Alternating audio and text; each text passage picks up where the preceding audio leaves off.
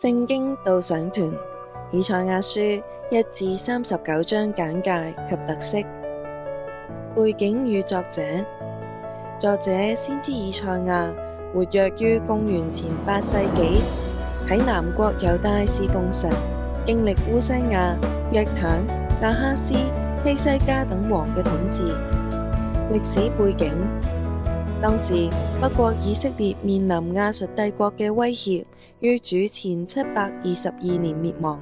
南國猶大亦受亞述侵擾，但神差遣使者喺耶路撒冷擊退亞述大軍，使猶大得以存續。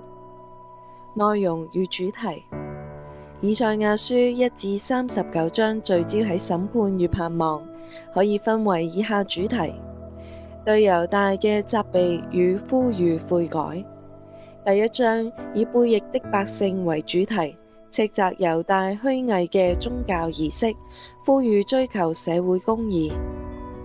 葡萄園之歌以比喻描述以色列如神栽種嘅葡萄園，卻結出野葡萄，預言審判將至。以賽亞蒙召喺聖殿異象中見神榮耀，蒙潔淨後回應：我在這裏，請差遣我。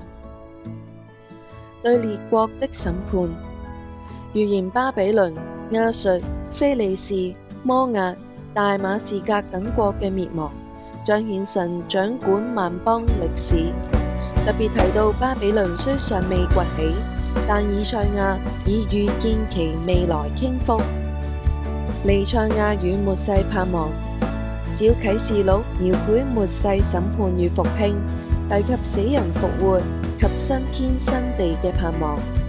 第34至35章展望神最終嘅救贖與榮耀。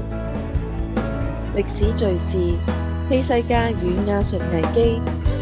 亞述大軍圍困耶路撒冷，希西家王禱告蒙神垂聽，神差派天使擊殺亞述軍。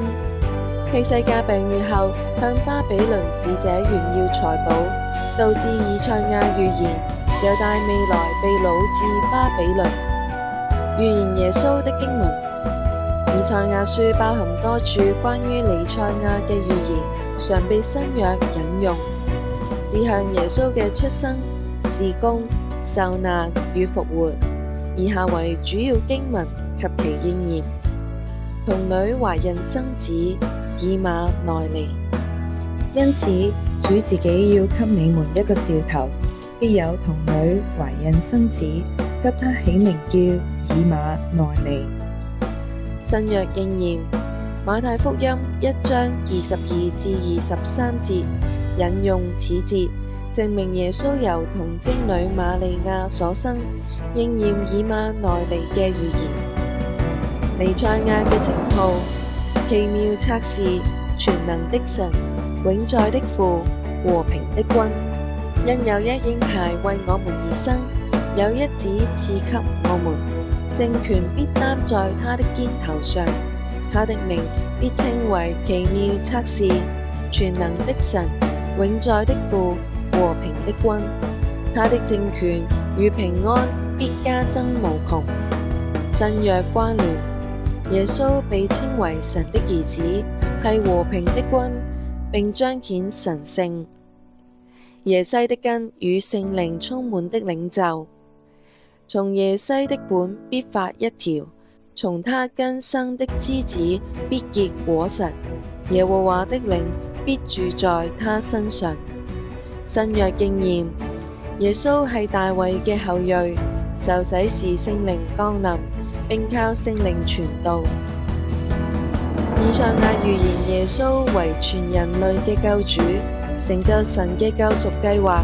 正如亞述大軍兵臨城下，神僅差遣一位使者，便救猶大免於亡國之災，彰顯佢嘅權能與信實。